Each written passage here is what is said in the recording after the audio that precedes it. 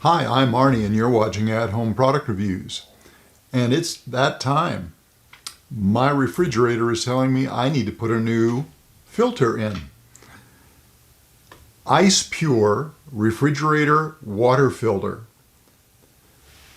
We've been using, I just looked it up. I've been using these guys since 2017. We like this product. It does a good job filtering the water. They're easy to install. Looking at the box, you'll notice there's a few different certifications here. It's BPA free. I'm not going to read the instructions.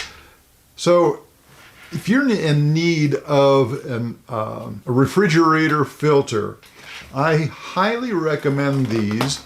Like I said, I've been using it since 2017, and here we are, 2024. Simple, comes out of the box. It's got a good feel to it. They have a good heft, I suppose would be a good term to use. Easily just rip it all apart and you're ready to go.